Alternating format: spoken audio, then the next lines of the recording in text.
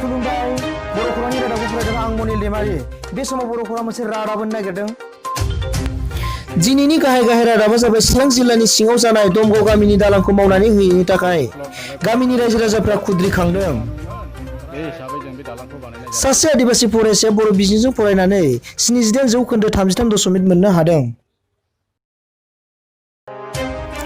दानिया फैदों आबुं रादाबाव।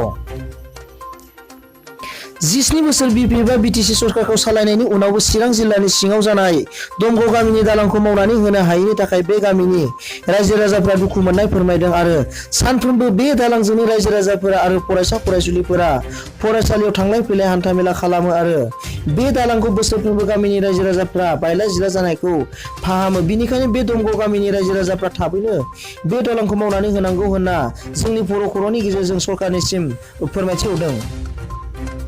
गामिमोन ओमफ्राय बे लामाया बेंटल गादेरनाय लामा 17 बोसोरसो जोङो बे लामाखौ बिनाया दिनैसिमावबो रावबो नायसना। बे हिसाबै जोङो बे लामाखौ दालांखौ बानायनाय जाबाय। जोंहा दैज्लाङावहाय गथ' गथायफोर स्कुलाव थांलाय फैलाय खालामनो थाखाय बिराद दिगदार जायो।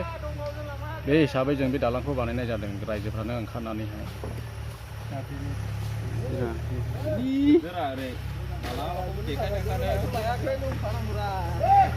बिनो दालाङा बिनो होनलायगावदो।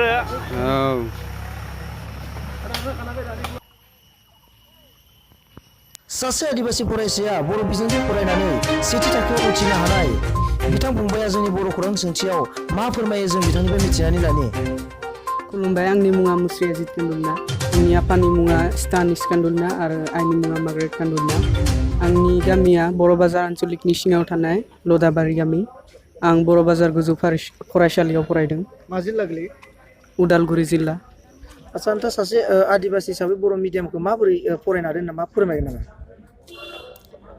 बर' मिडियाम फरायनाया आंखौ जोंहा आफाया मोनसे मोजां स्कुल नागिरनानै फोरोंनो सानदोंमोन। जायबानिखि फार्स्टआव इंलिस मिडियामाव होदोंमोन खस्थ' खालामनानैबो जोंहा बाबाया टि गार्डेनाव लेबार खालामनानैबो बिनिफ्राय बेयाव लांलाय लाबोलाय खालामनायाव खस्थ' जानायखाय खाथिनि स्कुल UN एकाडेमियाव होदोंमोन। नोंथांनि जौखोन्दो खोन्थानाय बेसेबां मोनो? आंनि पार्सेन्टेजआ 78.33। नोंथाङा बे बर' मिडियाम फरायनायाव जेबो उसुबिदा मोनाखैमोन नामा? फार्स्टआव असुबिदा मोनदोंमोन जेब्ला आं उन्दैमोन। माने सिगाङाव बर' मिडियामाव हार्ड जादोंमोन आंनि थाखाय।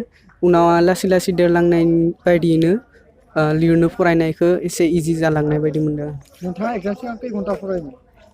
एग्जामनि सिगाङाव 6 घन्टा।